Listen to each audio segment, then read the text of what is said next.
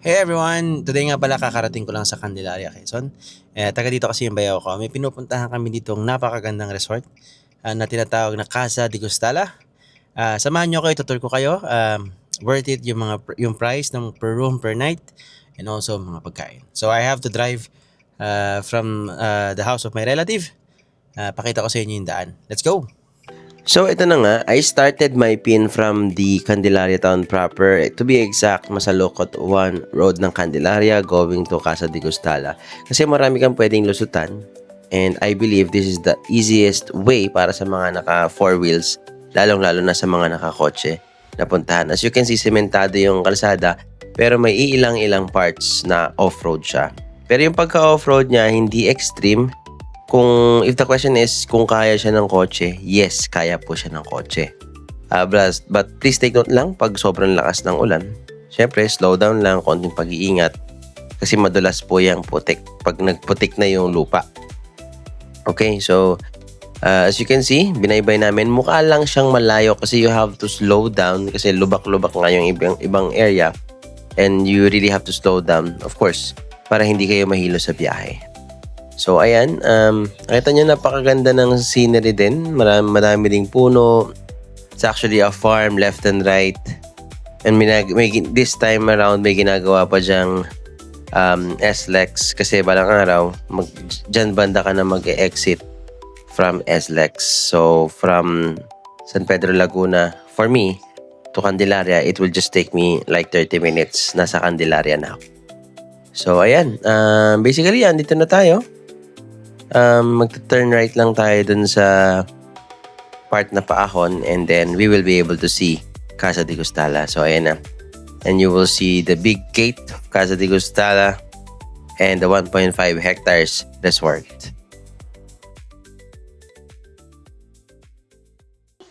Papatour lang tayo. Yan. Anong pool? Kiddie pool, no? Te? Oo naman. Kaganda bakit ba? Ito pool, te. Ito yung sa main. Ito po yung sa main na pool. Dati, ito yung main. Hindi, yan pa rin. Ito pa rin yung main. Yan. Kasi hindi ko na alam yung presyo. Ay, mga price. Tatanungin ko na lang kay ate.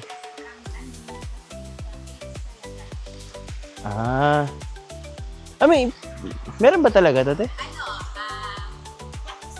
Jacuzzi. Bago lang?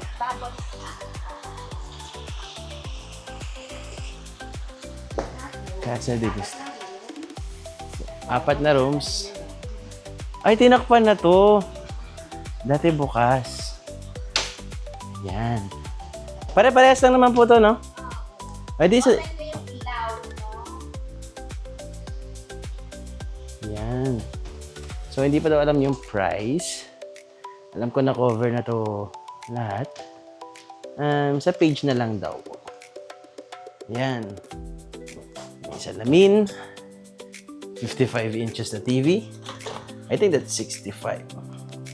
Malinis, maganda yung CR. Yan. I think this is like a approximately 13 to 14 square meters na room. Yan. Okay na to, te. Pare-parehas naman sila. Open table. Okay na po. Maliwanag naman. Yan. Ito, te. Isang haba po to, magkakahiwalay po. Lahat may access. Hindi, ano na yan? Sama-sama na yan. Pag nirentahan Tahan mo tong main, lahat na. room. Oh. So, pag nirentahan yung itong main mo, ito yung main villa. Nirentahan mo yung villa, may 4 na room. Ilang packs mo sa isang room? 5 packs sa isang room. Tapos, kasama na lahat to. May bilyaran na. Meron siyang dining. Sama-sama na. Kung magkakaibigan sila po, ano. Yan.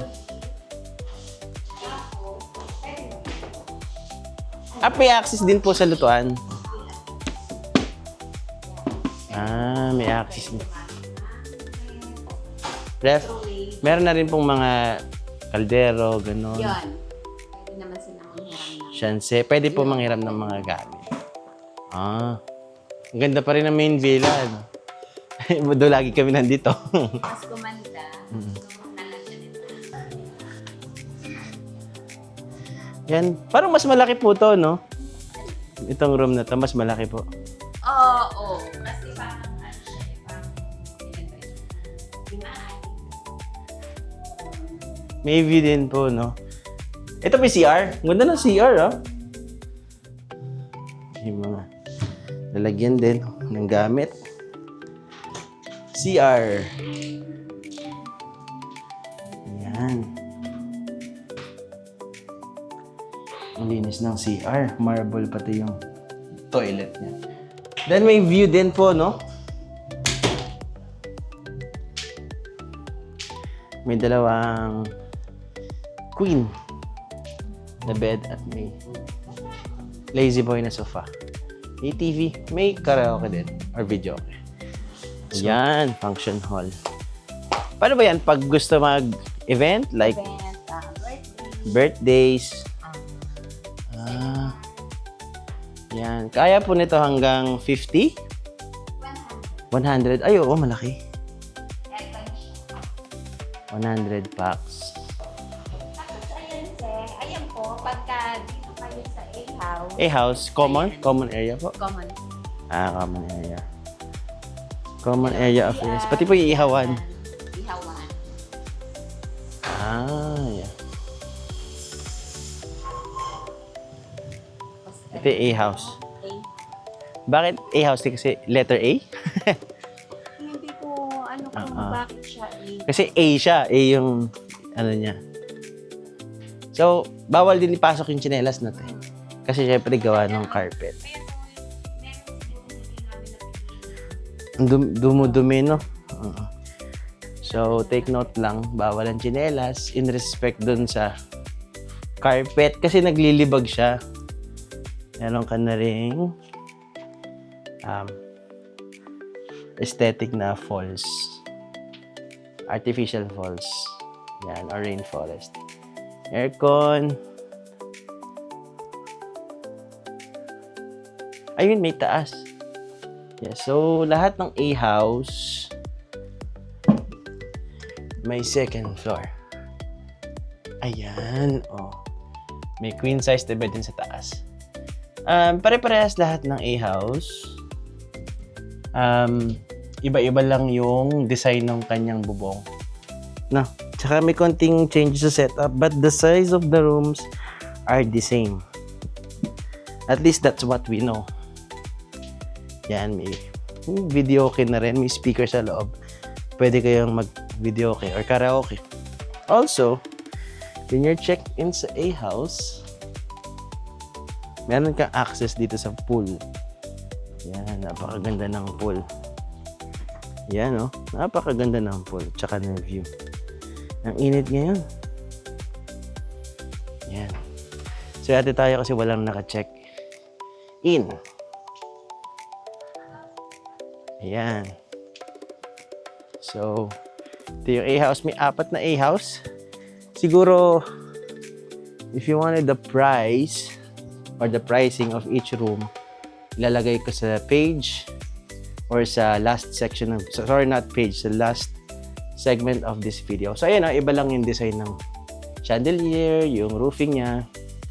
But the size of the rooms of the A-house are identical or the same. Ayan. Tapos dito, common area ninyo yung pool. Ayan. Ito yung pinakamalaking pool nila noon. Kasi may bago ng area dun sa kabila. Bagong gawa lang. And take note, yung pool nila dito. Kung mapapansin nyo, napakalinaw. Also, this is regularly tested. Yung acidity niya, pH level, para hindi masakit sa mata. Talagang every time tinetest yung pool dito, hindi lang basta nagagamitin or paparent sa mga mag-swimming. They make sure na hindi siya harmful sa skin ng mga guests. Yan, it's perfectly aligned. din sa design ng A-house. Actually, may napansin ako dito. Bago rin to. Wala to before. Yan, ang daming table sa garden. Ate, anong court yan? Ano pong court yan? Pwede siya sa Te- pang pickleball. Pickleball, yes. Pag, Ito yung uso ngayon eh, pickleball. pag magsusot ka, pwede rin. May laruan din yung kids sa puno. Yun, te, ano rin siya. Yung kubo namin, Hindi na siya pang additional lang. additional lang Kasi siya. ang CR niya ay nasa common CR. Tapos, Ito ma'am, di ba function din yan? Kung open for oo. may parties din, wedding. Oo. Yan. Tapos, open mic kami. Pag Sobrang ganda pa rin. Every time na pupunta kami dito, may bago, may ano, Kasi dito sa Bustala, may jacuzzi at saka yes. Na bisita ko to pero hindi ko pa siya na-try. Ito yung Gustala na area. Okay lang po, okay lang po. No problem. The understandable naman of ano naman na yan. Nalalagyan lang yan. Kasama lang to pag nag-rent ka. Pag may nakasip. Lalagyan lang siya ng tubig. Pag may nakasip. Okay. Di ba dalawang room po ito? Okay. So may pangalan po kada room. Ay, parang Gustala. I mean, may pangalan yung room. Lahat ng villa. Okay. Ito yung Gustala. Main villa, Yung villa, may house, A-houses, balcony, balcony, and this one, may salabi. Gustala Villa. Villa din siya. Ayan, may sauna na rin siya. Hindi ko lang ito. Yan. Oh, inclusive na rin siya. Pag nag-check-in ka dito sa may Gustala Villa. Ilang room po to? Dalawa, no? Hindi, Isang villa na po siya. Ano siya, parang nasa bahay ni Kuya. Ay, oo nga, no? Tapos mo na yung ano mo nga. Parang bahay ni Kuya. Yan. For ilang packs po? 30. 30 packs. So, pag magkakaibigan or family, Family. iisang ano na lang. Kung gusto ng iisang room. May TV. Lahat, napansin ko pa may mga video okay lahat, no? Karaoke. Nakinig kasi ng boss na, sabi niya nga, Oo, si boss. explanation niya sa amin. Nakinig daw siya sa... Okay. Kanta. So, paglabas mo ng villa, Kaya lahat ng villa.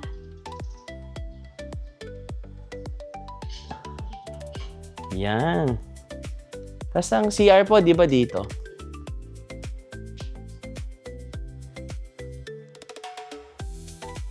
Ang laki. Ang haba ng video ko kasi ang laki talaga ng area. Tapos kitchen area, grill area, meron na rin. The same din ate. Dalawang CR. Na Boys and girls. Yep. Separate. Ganda. Ang ganda talaga. ang daming ano.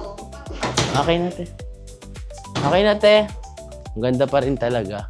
Parang bago tong chandelier. Hindi ba? Matagal na. Hindi ko lang napansin siguro. Hindi. Ayan. May common area din sila. Lagi may din. Kasi nga may video, okay? Tapos may video okay na dyan din sa labas. Mhm. Mhm. Mga TV. May TV, may speaker. Kahit may TV na siya sa... Lahat ng room. May TV pa rin siya sa loob. Nga. Naman yung main. Napansin ko. Ng 4 na rooms na yun, may mga TV pa rin sa loob. Kasi explanation, kasi si boss mahilig kumanta. Ito may playground area din, no? Para sa mga kids. So, everyone can use kahit nasaang naka-check-in. Pwedeng gamitin. Parang ito yung ito yung bago. Hidden Villa. Yan. Actually, first time ko siyang mapupuntahan. Yung Hidden Villa. Balita ko, sobrang laki ng pool. Mas malaki ba yung pool dati dun sa parang same lang po ba? A-house. Ng A-house. Yan, hidden villa. Ayan. Parang Olympic size ba siya? Ay, hindi. Parang the same or mas malaki yung doon. Mas malaki yung doon. No, Ayan. Parang mas malaki yun. yung na ano. Pero ito ay mas bago. 5 feet. 3 to 5 feet. Ito yung bago. Ayan. Each room. Parang mas maliit siya. Pang ano siya, couple. Couple lang. Couple. Lahat po yan ganyan. Yung apat na yun. Ito pong 4 na room dito. For couple. May 4 na couples room. Pwede na lang. Okay na po. Tapos, ang pinakabiniyaran mo. So, common. Ano po siya? Pag nirentahan siya, hiwa-hiwalay ang Oo. check-in. And then, everyone can use. Halimbawa naman at magtutropa kayo, tapos gusto nyo ay separate kayo by Mhm. rooms, yun. Okay. Pero halimbawa kami, couple lang kami. Yun. Pwede kami mag-check-in. As long as may available na room. And may view. Okay. CR. CR kasi, alam mo kasi, pagka yung mag-check-in kami, I always check sa CR talaga. Maski sa bahay namin, kahit sabi mo makalat yung bahay mo, CR talaga. Para yung pinaka-importante sa akin. Tapos, etong bawat ito, Yes po. may CR din siya sa loob. May CR din po siya sa loob. Kahit medyo Pero may common. Maliit lang yung CR niya. may CR din siya. Kompleto din. May TV rin to. May CR din na minimal ang ano niya, size. Hindi nakakahiyang i-video yung CR kasi malinis. Tapos yan, may TV. Yan, may TV rin. May video okay din. Pwede rin yata dyan. Kaya lang, hindi mo Hindi siya, ano. speaker na. So, may common, bukod po dun sa CR ng bawat isa, may common din for boys and girls. Tsaka carpet kasi lahat. Kaya, kaya eto din yung, yan, second floor. Second floor, Parang pang pwede sa 3, no? Salamin. May salamin lang siya, tapos may TV. may TV din. Lahat may TV. Oo. Yeah. Ayan. Iba talaga pag manager eh. Stricto. So, ayan. May overlooking ka ng pool.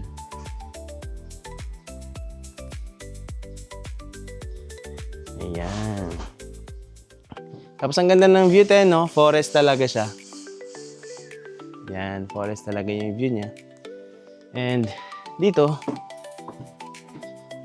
kita mo lahat. So, may mga under constructions pa. Actually, hindi natatapos yung construction nila. Ano po yung ginagawa doon na kino-construct? 2 room naman.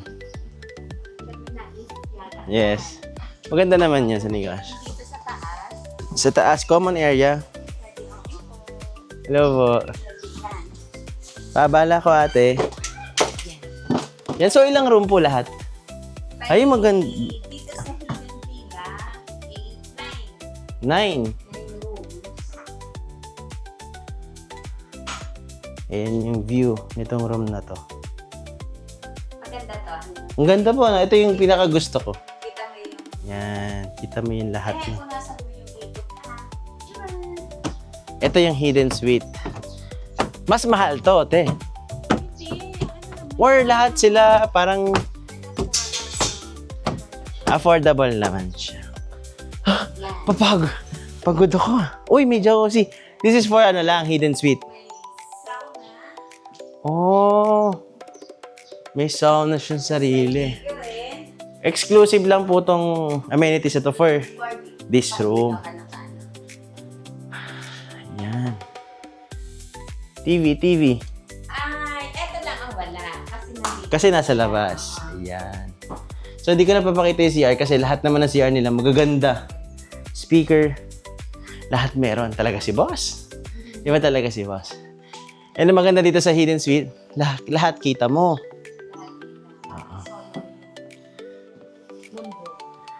Oh, itong ginagawa na court dati na wala pa siyang bubong. Ginawa siyang covered court. Covered court na po siya. So, pwede pa maglaro dyan ng basketball. Parang, pwede naman. Tapos function hall din siya kung sakali. Depende na Convertible. maramihan. Okay, sa food po, ano po yung... dito na rin po order ng pagkain.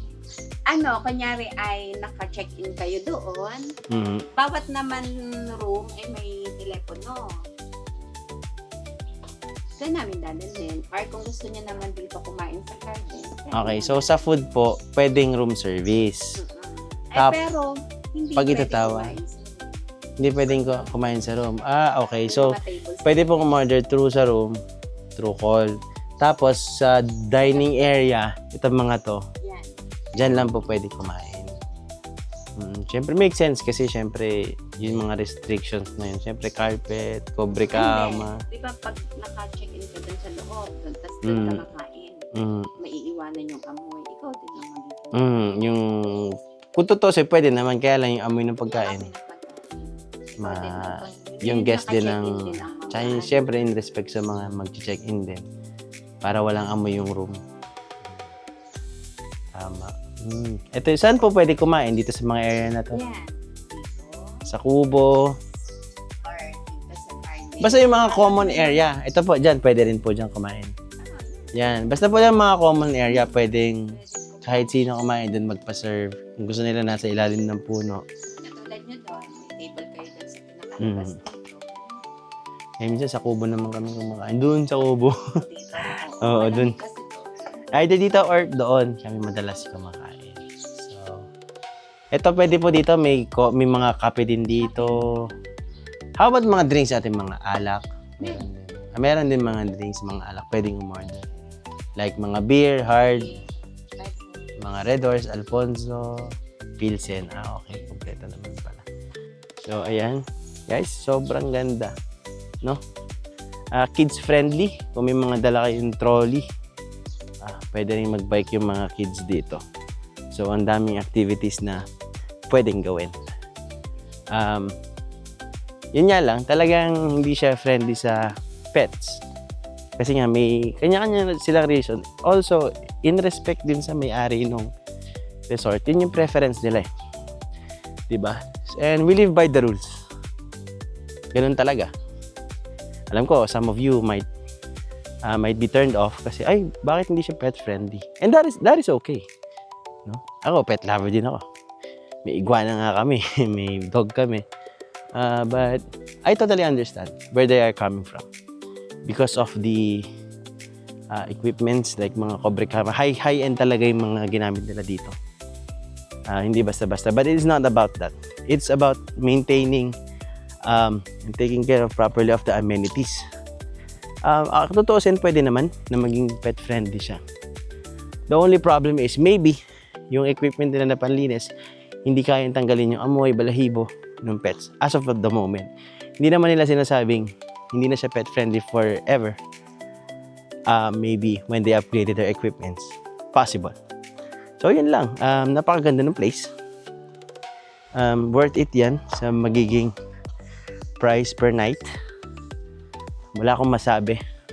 Again, I mentioned na lagi ako dito at hindi ko pinagsisisihan yung pagpunta ko dito sa Casa de Gustala. And yan, if you have inquiries, they said sa page na lang, sa Facebook page na lang nila. That's what they prefer para centralize yung pricing.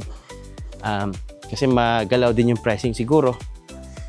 Not sure, but yeah. Lalagay ko na lang yung link sa ng FB page nila dito sa description ng video. Hiningal ako kasi sobrang laki ng resort. Thank you for watching, and if you like this video, please don't forget to like, share, comment, and subscribe.